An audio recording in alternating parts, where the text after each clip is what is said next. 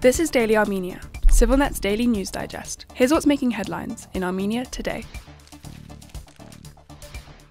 Spayka, Armenia's largest food exporter, has incurred losses exceeding $2 million after Russian authorities began delaying dozens of its trucks last week, the company revealed yesterday. They are using an arbitrary approach. Products in about 30 trucks are now spoiling, Karen Bagdasaryan, Spayka's deputy general director, told Radio Free Europe's Armenian service. He explained that Russian officials have mainly raised claims regarding the company's transportation practices, allowing goods to be reloaded into Russian trucks. However, hundreds of tons of perishable produce are at risk of going to waste, he added. Reports of the problem first surfaced last week, when Russia blocked more than 100 Spayka trucks from delivering Armenian fresh produce.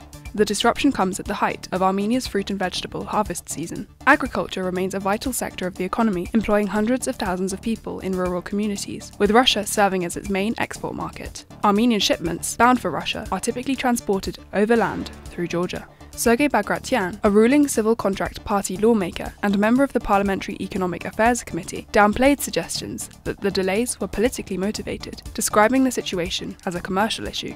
Yet Moscow has a track record of using tariffs and import restrictions as leverage against post-Soviet countries that depend on food and beverage exports, including Armenia. The standoff follows the recent comments by Moscow's Deputy Prime Minister, Alexei Overchuk, who oversees Eurasian Economic Union affairs in the Russian cabinet. Speaking last Friday, Overchuk warned that Armenia's closer ties with the European Union could complicate its membership in the Russian-led bloc, as well as bilateral trade with Moscow.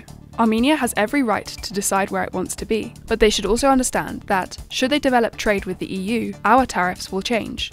There will be no free movement of goods and no duty-free trade between our countries, Overchuk told Russian state news agency TASS. Such a shift, he stressed, could hit Armenian producers quite painfully, especially in the agricultural sector.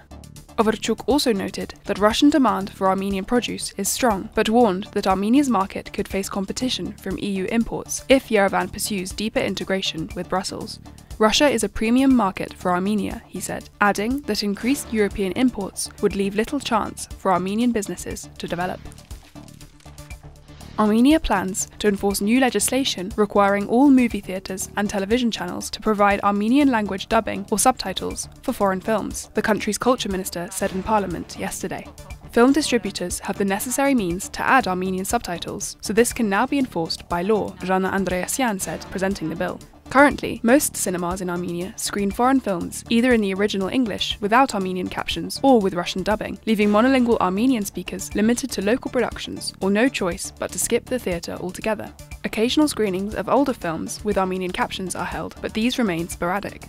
A law mandating Armenian translation was first passed in 2021, setting a gradual deadline of 2030.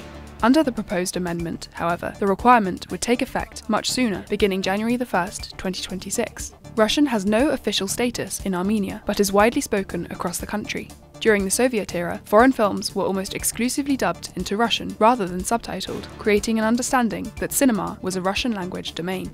After independence, Armenian theatres largely continued the practice by purchasing the same Russian-dubbed versions of foreign films shown in Russian cinemas, apparently as a cost-saving measure on translation and localization.